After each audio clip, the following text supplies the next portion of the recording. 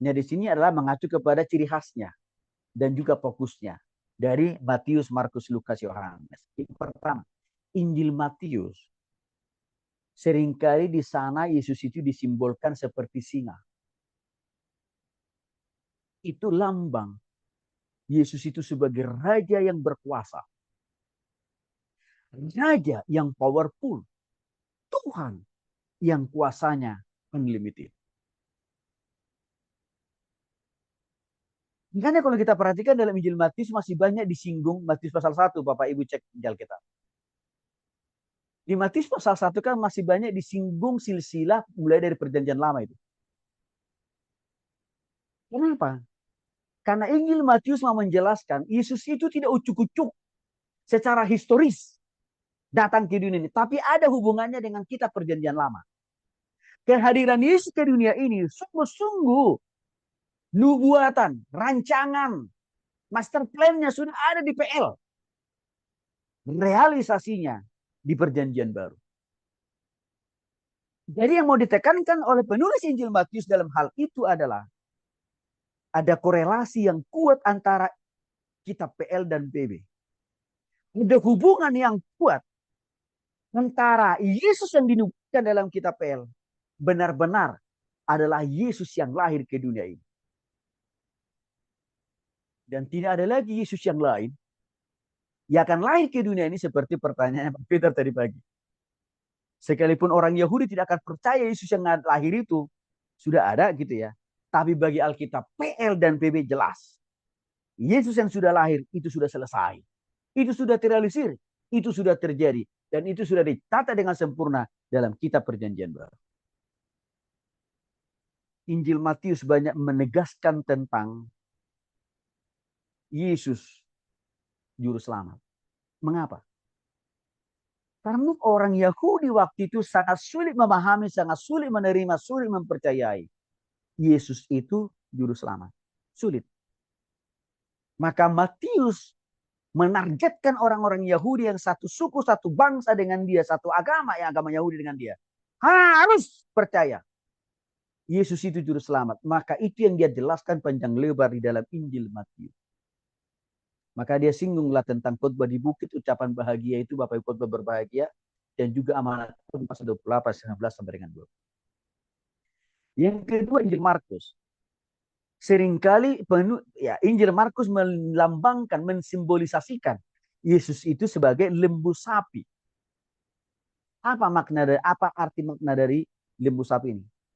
Ini adalah lambang Yesus sebagai hamba yang total.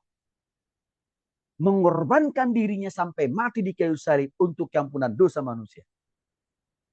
Lembu sapi ini melambangkan kasih Yesus, kerja keras Yesus sampai dia mati di kayu salib hanya untuk ampunan dosa manusia yang berdosa. Nah, di sini perbedaan karakteristiknya atau juga fokus dibanding dengan Injil Matius. Maka isi utama dari Injil Markus, saudara, fokus pada tindakan real Yesus. Contohnya, Markus banyak mencatat banyaknya mujizat-mujizat yang Yesus lakukan di kalangan orang-orang Israel, orang-orang Yahudi pada saat itu. Termasuk menyembuhkan berbagai sakit penyakit, menyembuhkan orang yang buta, menyembuhkan orang yang lumpuh, membangkitkan orang yang mati. Itu banyak ditonjolkan di dalam Injil Markus. Untuk mendorong orang-orang pada zaman itu sungguh-sungguh mempercayai Yesus itu punya kuasa. Memulihkan, menyembuhkan, mengangkat dan memberkati. Menopang dan menolong mereka sekalipun dalam kesusahan, sekalipun dalam kesulitan, sekalipun dalam penderitaan, sekalipun di dalam sakit penyakit.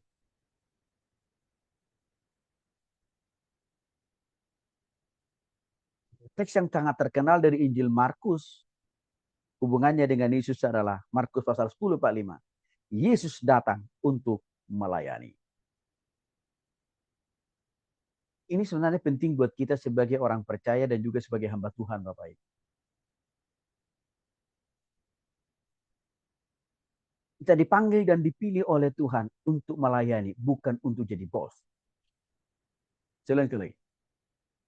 Kita dipanggil dan dipilih oleh Tuhan untuk menjadi hamba, untuk menjadi pelayan, bukan jadi bos. Hari-hari ini ada oknum-oknum hamba Tuhan yang justru memposisikan dirinya itu jadi majikan, jadi bos jemaat yang dilayani.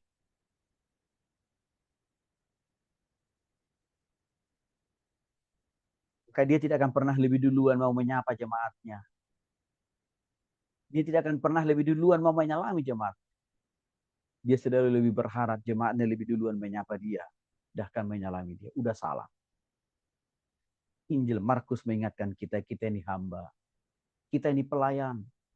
Kita ini budak Kristus. Ini penting buat kita.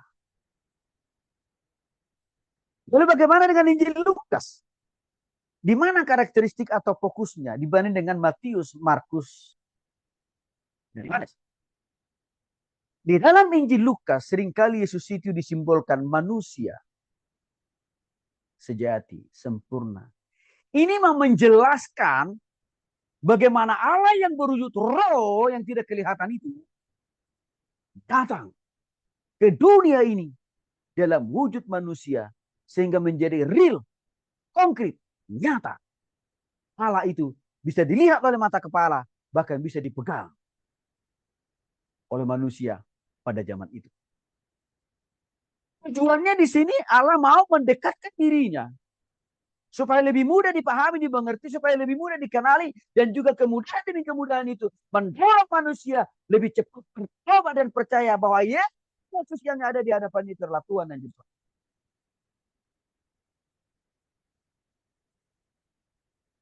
Lukas ini sangat kita butuhkan di zaman ini dalam hal mengenal Yesus sebagai Tuhan dan Juru Selamat, supaya menjaga hati kita.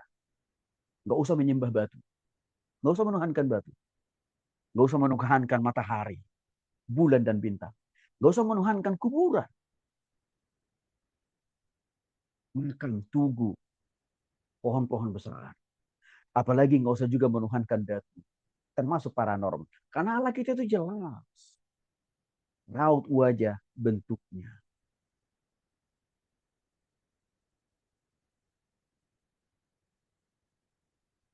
Di media sosial lagi hangat juga diperbincangkan tentang penampakan wajah Yesus yang selalu berbeda di setiap negara.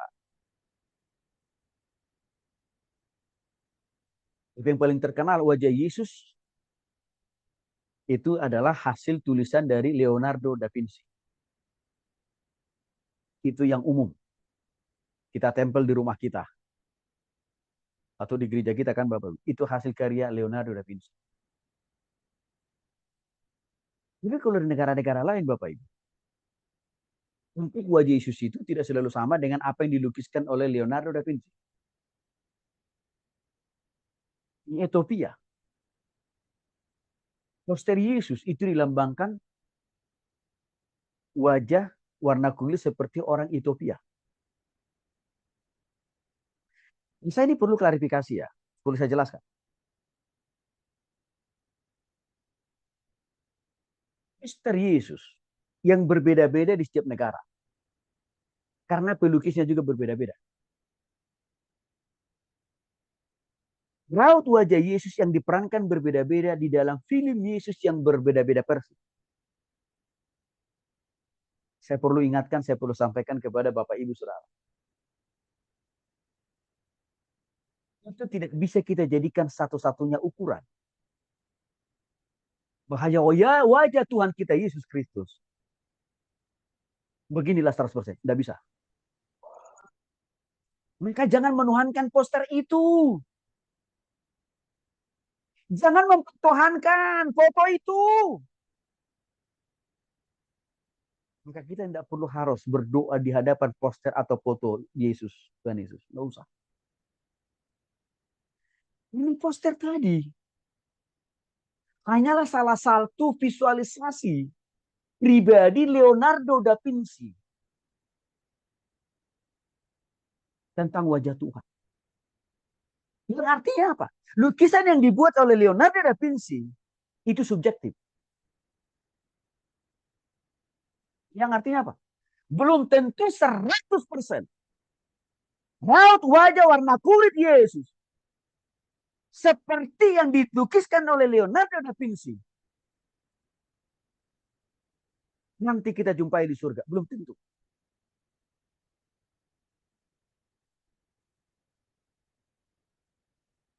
Maka yang paling pokok, yang paling penting, yang paling krusial adalah bukan memelototin poster Yesus, gambar Yesus itu. Bukan. Bukan menuhankan poster gambar Yesus itu. Bukan. Yang amat dan sangat penting adalah mempercayai, mendalami, menghidupi isi hati, pikiran, perasaan, dari karakter Yesus yang telah panjang lebar dituliskan di dalam kitab Perjanjian Baru. Caranya gimana Pak Tony? Baca, renungkan, lakukan.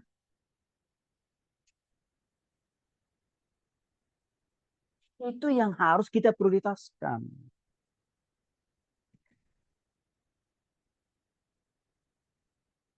Itu yang harus kita cari.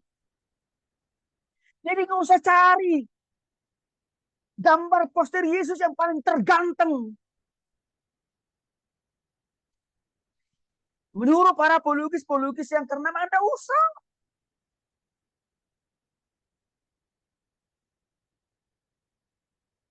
Sifat, kuasa, karakter. Kalau bahasa kampung saya, pangalaho Yesus. Itu yang perlu kita pelajari, dalami. Lalu kita hidupi lewat baca, renungkan.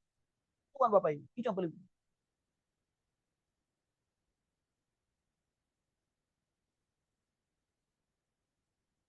Jadi satu kesalahan besar kalau kita menuhankan poster Yesus. Kalau kita mendewakan poster patung salib Yesus, udah salah. Yang Tuhan mau kita pahami, kita mengerti, kita percaya, kita hidupi adalah karakternya, sifatnya, kuasanya, dan juga apa? Larangan-larangannya. Kalau kita sudah dalam posisi itu, maka kita tidak perlu habiskan uang, buang-buang uang beli poster Yesus yang ditulis oleh para penulis terkenal. Nggak usah. Bagi saya, isi hati, pikiran, perasaan, karakter, sifat, kuasa Yesus udah cukup sempurna dijelaskan dalam Injil atau juga dalam Perjanjian Baru. Maka kalau Bapak Ibu datang ke rumah saya, sulit Bapak Ibu menemukan poster Yesus. Karena memang tidak ada. Maka beberapa tetangga kami kiri kanan kan Muslim. Waktu pertama mereka sering bertamu, mereka bingung. Ini banyak Pak Tony orang Kristen atau orang apa ya? Dan mereka tidak melihat ada salib. Mereka juga tidak melihat ada poster Yesus. Tidak ada. Saya jadi ingat beberapa tahun yang lalu, masjid sekitar kami itu datang, mengundang kami untuk berjemaah di masjid mereka. Sampai mereka bingung. Ya, mereka mau nanya bingung, takut, takut salah. Sehingga mereka ngintip. Ini Pak Tony, ini orang Islam atau orang Kristen ya? Gitu. Tapi lama kelamaan mereka jadi tahu bahwa kami Kristen. Bukan hanya Kristen. Lama kelamaan tetangga kiri kanan satu komplek tahu saya itu pendeta. Bukan karena Yesus, saudara. Bukan karena salib Yesus kami taruh di seluruh dinding kiri kanan. Bukan enggak. Tapi pangalaho. sifat karakter saya. Yang tidak suka menipu orang, bohongin orang. Yang tidak suka menjulimi orang.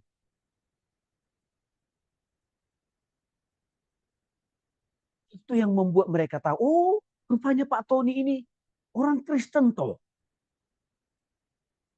Ditambah lagi, waktu kami tidak pilih kasih membantu menolong.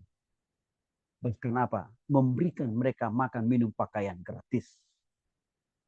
Setiap bulan. Dari situlah akhirnya mereka tahu, rupanya ini Pak Tony pendeta. Ini ada yang menarik. Dulu ada masjid yang paling dekat dengan rumah kami Bapak Ibu. Kalau Jumatan khutbahnya tidak lain tidak bukan. Temanya kafe terus. 5 tahun terakhir ini. Setelah mereka tahu kami itu Kristen, ditambah kami pendeta, tema kafir hilang. Hilang. Kabur kedengaran.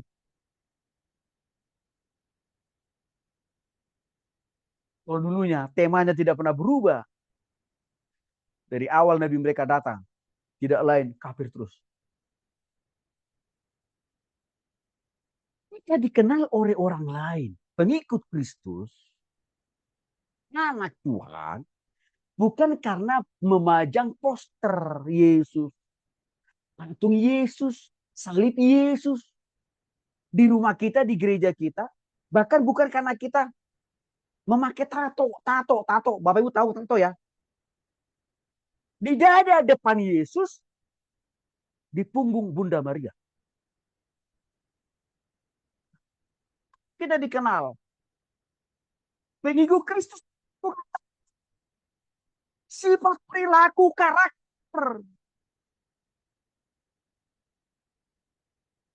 Di kampus-kampus lain itu kalau saya biasanya senang melakukan sweeping Bapak Ibu.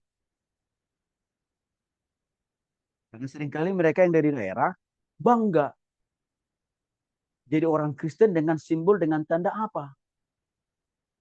Seluruh bagian-bagian tubuhnya ditato. Kalau enggak Bunda Maria, Yesus yang mati di kayu salib. Saya ultimatum. Minggu depan, saya nggak mau lihat ada satu tato di badanmu. Dan saya nggak mau tahu bagaimana caranya kamu menghapus itu. Itu urusanmu, itu masalahmu. Yang saya mau tahu, minggu depan jangan coba masuk ruangan saya. Kalau tato itu masih ada. Ini saya lihat begini. Seringkali kita orang Kristen mensimbolisasikan kita itu Kristen. Hanya sebatas dari apa? Anting-anting kita salib. Ya. Kalung kita salib nih. Ibu-ibu nih. Tapi pangalaho, setan. Cara ngomong, simbolis. Coba tuh. Cara berpakaian, kurang bahan. Padahal, kalungnya salib. Udah gereja, kurang bahan pakai rok. Gimana ceritanya itu?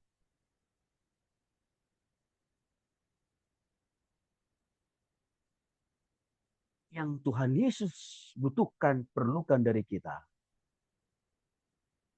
Bukan penampilan,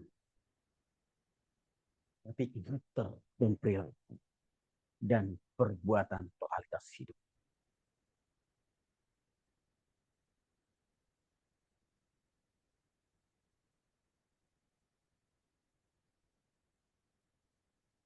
Ini saya kira perlu kita pahami.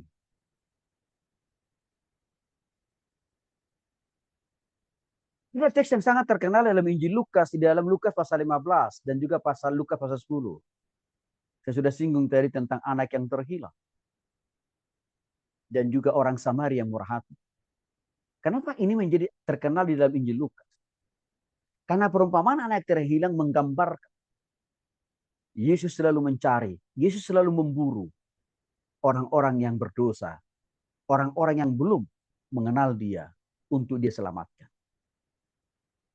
Maka saya kira ini juga harus menjadi isi hati kita. Kita rindu orang-orang yang terhilang itu orang-orang belum bertobat. Kita bawa kepada Kristus. Injil Yohanes menjelaskan Lihat, Injil Yohanes seringkali melambangkan atau mensimbolisasi Yesus itu seperti burung Raja Wali. Makna di balik simbolisasi burung Raja Wali ini adalah melambangkan keilahian, ketuhanan Yesus. Yang dari awal mulanya sebelum langit dicipta, dia sudah jadi Tuhan. Dia sudah Allah. Dari awal mulanya, dari kekekalan sampai kepada kekekalan. Dia Tuhan, dia Allah. Itu arti gambaran dibalik daripada burung Raja Wali. Jika Yohanes memang pasal 1 ayat 1 memulai perkataannya pada mulanya. Artinya, awal dari segala sesuatu, mulai dari segala sesuatu dimulai diawali dari Tuhan. Atau dari Yesus sendiri. Karena dia adalah Allah. Nah, isi Injil Yohanes berbeda. Sangat kelihatan jelas perbedaan karakteristik dan fokusnya dibanding Matius, Markus, Lukas. Karena Injil Yohanes lebih fokus pada pemahaman teologi, pemahaman Alkitab